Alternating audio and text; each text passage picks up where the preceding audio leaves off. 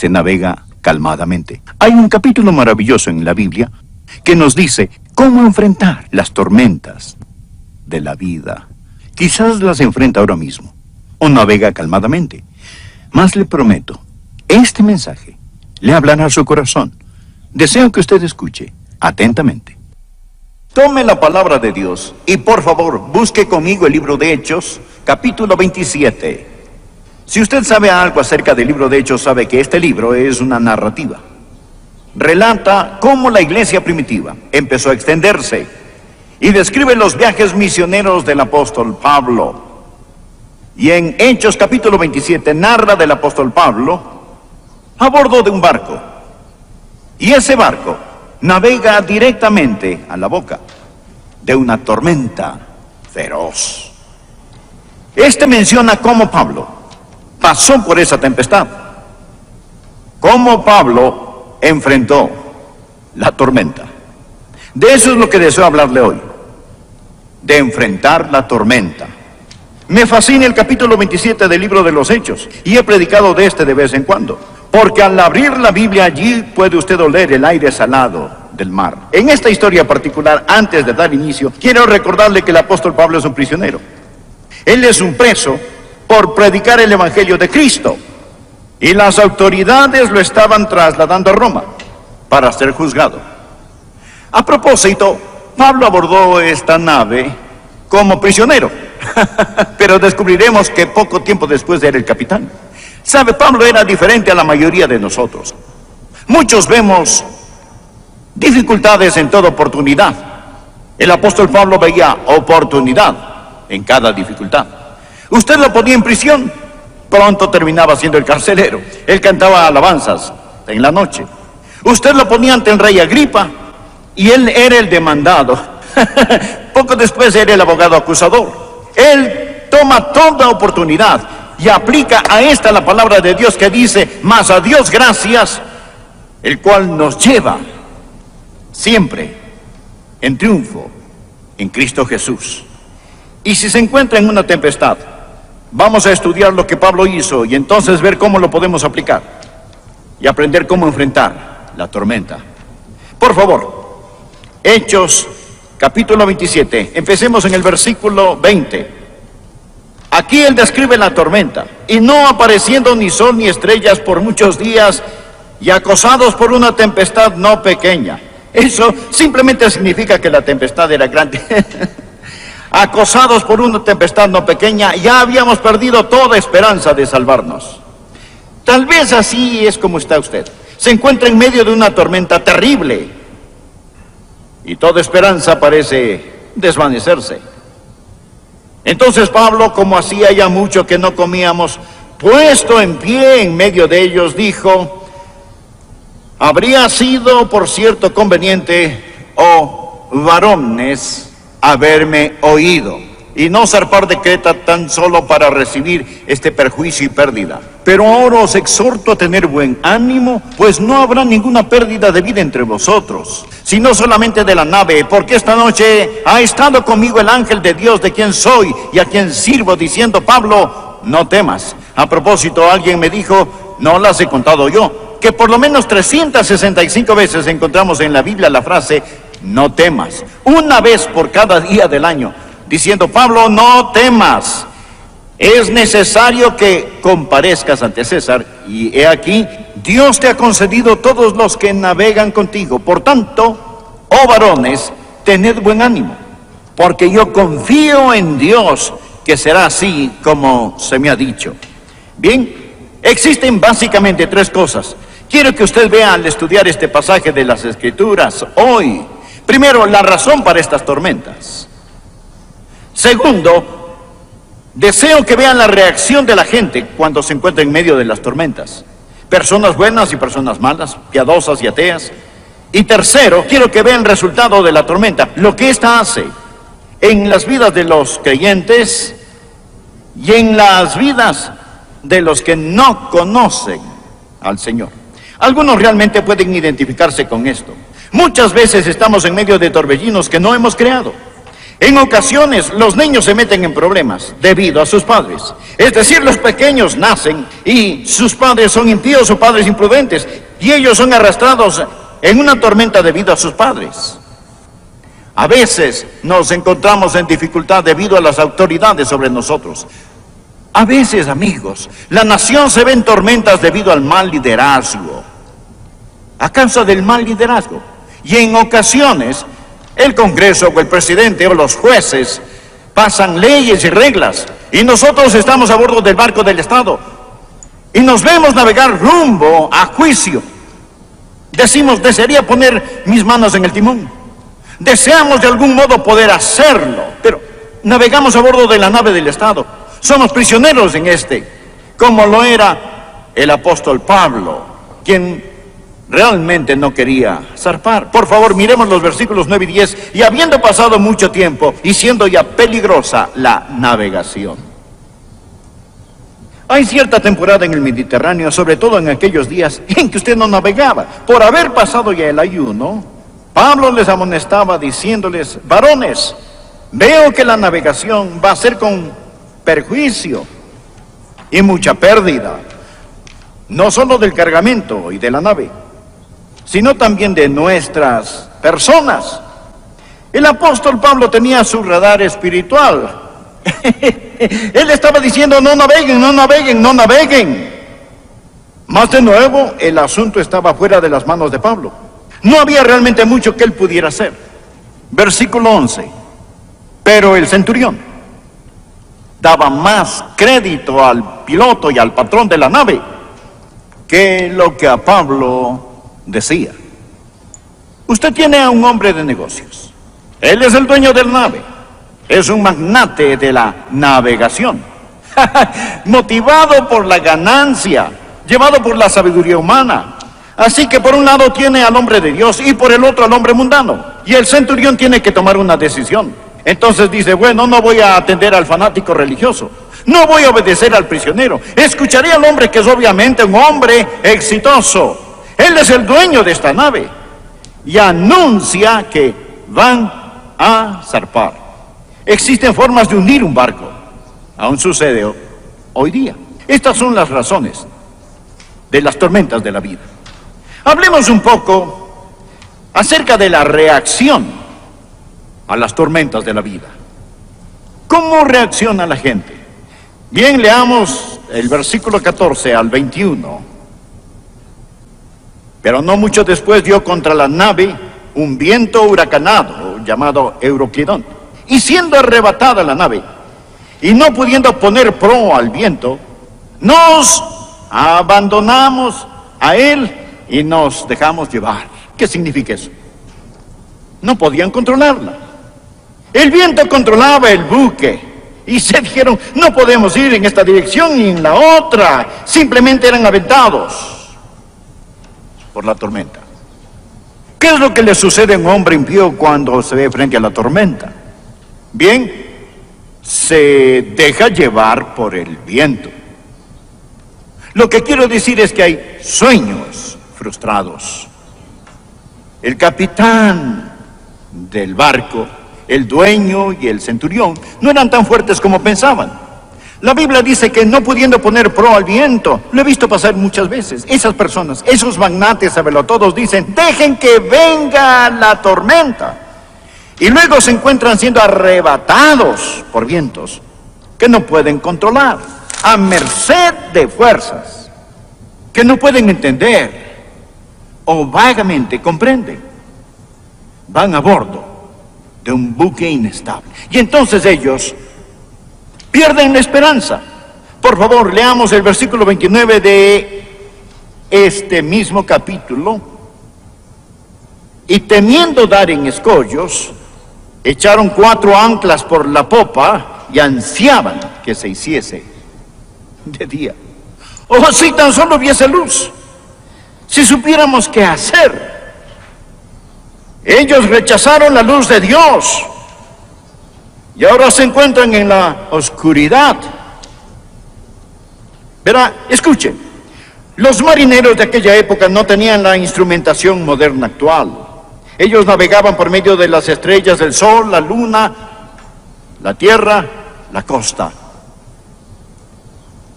Pero la Biblia nos dice en el versículo 20 que todas estas cosas habían desaparecido. Desaparecido. Todo lo que pensaban que era tan importante, sus gráficas mercantiles, sus estudios comerciales, sus censos, todas estas cosas se esfumaron. ¿Qué hace usted, amigo, cuando las estrellas se desvanecen de su noche y el sol desaparece de su día? Ellos en la oscuridad abrumadora deseaban el día, sus esperanzas disipadas. Y luego, ¿sabe lo que hicieron? Ellos se comportaron insensatamente. Empezaron a hacer planes imprudentes, porque no tenían estrellas con las cuales guiarse. Y existe una clase de compás interno que toma control. Leamos en el versículo 30. Entonces los marineros procuraron huir de la nave, y echando el esquife al mar, aparentaban como que querían largar las anclas de proa. Pero Pablo dijo al centurión y a los soldados: si estos no permanecen en la nave, vosotros no podéis salvaros. Habían unos marineros a bordo que se dijeron: pretendamos que vamos a bajar un ancla de la proa. Allí hay un pequeño bote, un bote salvavidas. Lo abordaremos, abandonaremos esta gran embarcación y escaparemos. Pablo les dijo que si no permanecían en el buque, que no había esperanza alguna. ¿Qué fue eso? Fue una forma de escape edificada sobre el egoísmo. Lo he visto muchas veces. Un hombre que se entrega al alcohol es una forma de escape fundada sobre el egoísmo. Usted dice: bueno, ahogaré mis problemas. No, estos pueden nadar, amigo. Usted es quien se ahogará. El hombre que se divorcia, la mujer que se divorcia, eso es un escape asentado sobre el egoísmo. Usted creó la tormenta y ahora está intentando escapar porque habló e hizo levantar un viento tempestuoso que encrespa sus ondas, suben a los cielos, descienden a los abismos. Sus almas se derriten como el mal, tiemblan y titubean como ebrios, y toda su ciencia es inútil.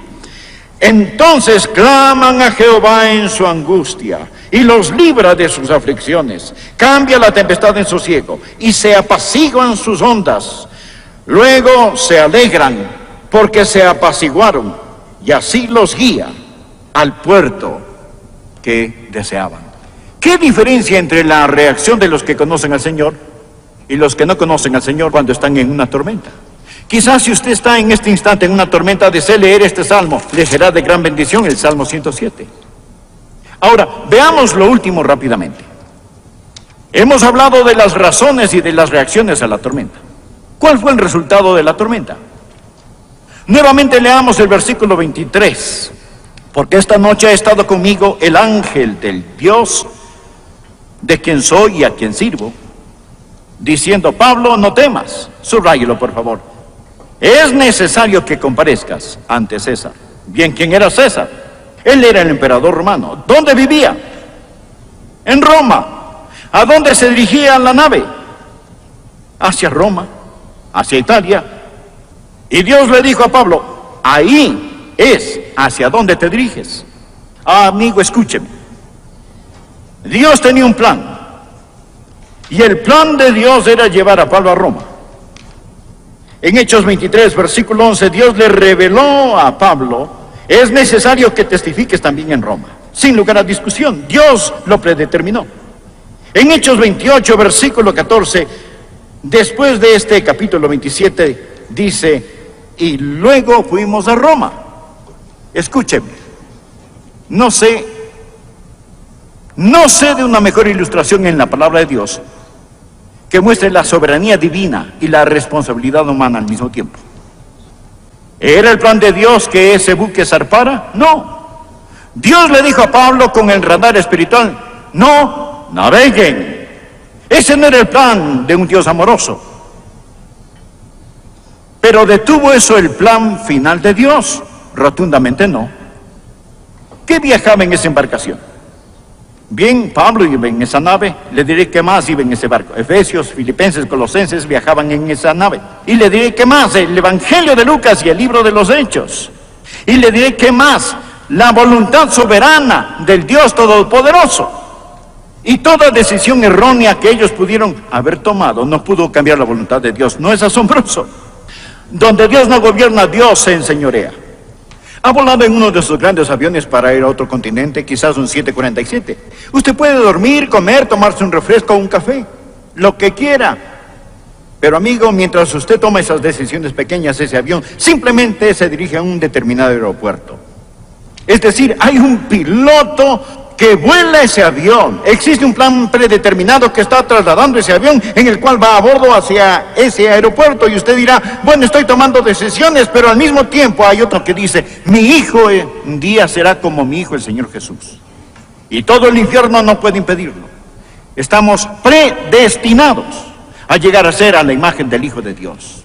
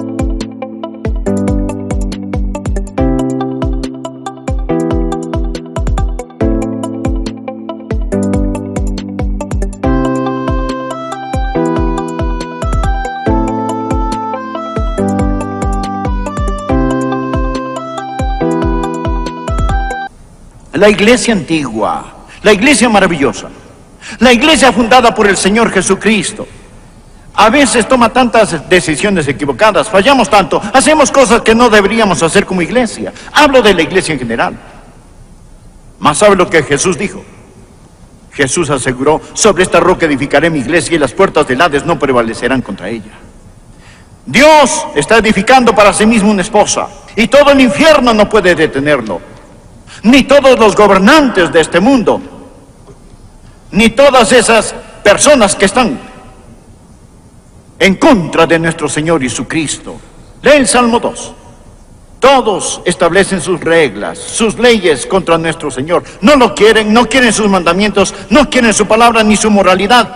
Y ellos dicen, rompamos sus ataduras y desechémoslas. Con todo, Dios aún afirma en el Salmo 2, pero yo he puesto mi rey sobre Sión, mi santo monte. Jesús reinará donde el sol concluya sus jornadas sucesivas. Su reino se extiende de costa a costa, hasta que el brillar de la luna se extinga y no mengue más. Amigos, escúchenme. Estamos en el lado ganador. Él no puede fallar. Él debe prevalecer. Hubo una tempestad, pero Pablo dijo, y luego fuimos a Roma.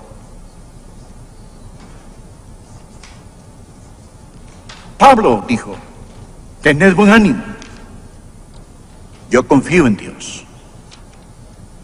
Versículo 11 dice que el centurión confió en el dueño de la nave. ¿En qué se resume toda su vida? Simplemente en quién confía usted. ¿En quién confía usted?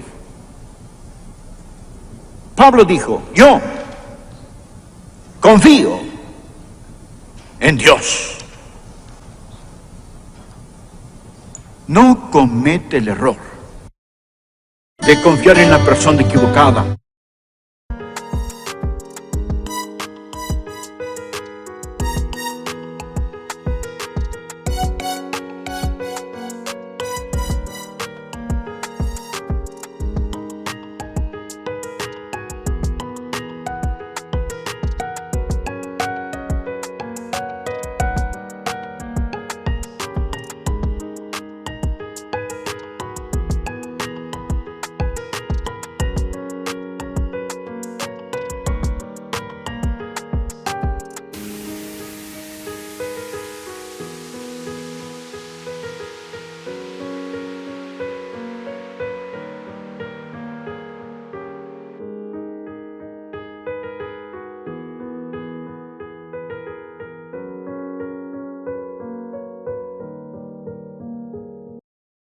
porque si lo hace, puede estar diseñando una tormenta que no le gustará.